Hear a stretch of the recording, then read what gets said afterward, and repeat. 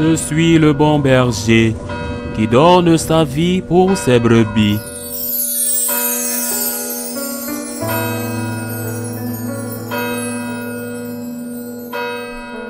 En ce temps-là, les publicains et les pécheurs venaient tous à Jésus pour l'écouter. Les pharisiens et les scribes récriminaient contre lui. « Cet homme fait bon accueil aux pécheurs et il mange avec eux. » Alors Jésus leur dit cette parabole.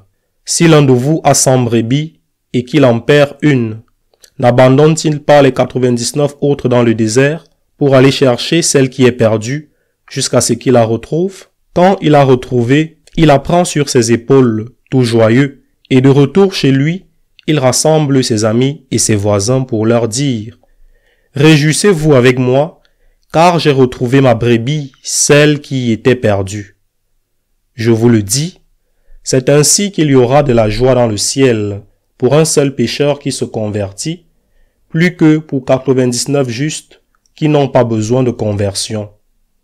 Ou encore, si une femme a 10 pièces d'argent et qu'elle en perd une, ne va-t-elle pas allumer une lampe, balayer la maison et chercher avec soin jusqu'à ce qu'elle la retrouve? Quand elle l'a retrouvée, elle rassemble ses amis et ses voisines pour leur dire « Réjouissez-vous avec moi, car j'ai retrouvé la pièce d'argent que j'avais perdue. » Ainsi, je vous le dis, il y a de la joie devant les anges de Dieu pour un seul pécheur qui se convertit. Acclamons la parole de Dieu. Aujourd'hui, l'Église, du moins en Espagne, et je ne sais pas si c'est une commémoration obligatoire partout, célèbre la mémoire et la fête des martyrs qui ont trouvé la mort aux mains des socialistes, communistes et anarchistes pendant la guerre civile espagnole. Il est difficile de connaître avec précision les chiffres, mais parmi les religieux, les prêtres et les religieuses, ils étaient environ 7000. Mais les laïcs étaient beaucoup plus nombreux. Par exemple, à Madrid, ma ville, une de mes amies est née 15 jours avant que son père ne soit tué, fusillé. Pourquoi? Tout simplement parce qu'il était horloger. Il réparait des montres et des bijoux, et ils ont arrêté tous ceux qui exerçaient ce métier et les ont tous tués. On estime que parmi les femmes, y compris les religieuses, les femmes d'Action catholique par exemple, plus de 5000 ont été assassinées. Il y a un cas très contraire, celui d'une mère qui avait 3 filles religieuses. Elles ont toutes les 4 été tuées. Elles avaient quitté le couvent et s'étaient réfugiées chez leur mère. Ils sont venus les chercher et ont amené la mère et ses 3 filles. La mère a demandé à être tuée en dernier, car elle avait peur que s'il la tuait en premier, il viole ses filles, car c'était la norme.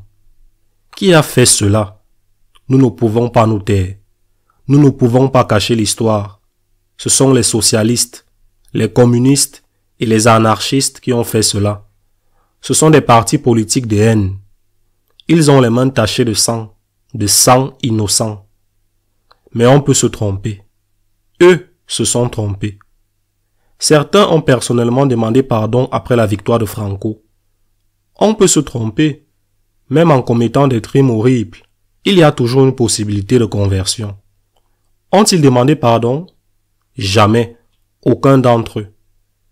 Ils sont morts. Leur héritier politique aurait dû demander pardon. Nous nous trompons. Nous sommes contre tout. Nous sommes athées. Mais assassiner une religieuse cloîtrée, assassiner une mère parce qu'elle a des filles religieuses cloîtrées, assassiner un horloger ou assassiner un curé de campagne n'a aucune justification. Par conséquent, tout aussi grave que ce qu'ils ont fait, c'est qu'ils n'ont jamais demandé pardon. Maintenant, c'est leur problème, car les victimes, et cela a été comptabilisé au cas par cas, du moins celles qui ont été élevées au rang de martyrs, de bienheureux, beaucoup d'entre elles, et certaines déjà canonisées, les victimes sont mortes en pardonnant. Le pardon vient de Dieu ou vient de toi. Il n'atteint pas l'autre, non pas à cause de toi, car tu l'as déjà donné. Il n'atteint pas l'autre parce que l'autre ne veut pas le recevoir. Et quand on ne demande pas pardon, cela signifie qu'on serait prêt à refaire la même chose, qu'on n'est pas désolé de ce qu'on a fait. Non pas soi-même, mais ce qu'ont fait les siens, ce qu'on représente aujourd'hui. Ce serait merveilleux pour la réconciliation d'un pays que l'on demande pardon. Tout le monde, pas seulement eux, mais tout le monde devrait demander pardon. Cela permettrait de tourner la page. Nous pouvons discuter, nous pouvons avoir des idées politiques différentes, mais pourquoi tuer celui qui ne pense pas comme vous? Pourquoi le détruire moralement et ensuite, comme dans ces cas-là, le tuer également physiquement? Pourquoi? En tout cas, s'ils ne demandent pas pardon, c'est leur problème, et non pas le nôtre, car nous continuons à en subir les conséquences. Bon, mais c'est leur problème. Les victimes sont mortes en pardonnant, et c'est ce que nous devrons faire. Et ils ne demandent pas pardon, et continuent à écrire sur les murs des églises. L'église qui éclaire le plus est celle qui brûle. Et aujourd'hui encore, il y a des politiciens en fonction qui continuent à dire que ce qu'ils ont fait était bien. Ce qu'ils ont fait était bien fait. Et qu'il est dommage qu'il n'ait pas fini avec tous les prêtres et les nonnes. C'est leur problème.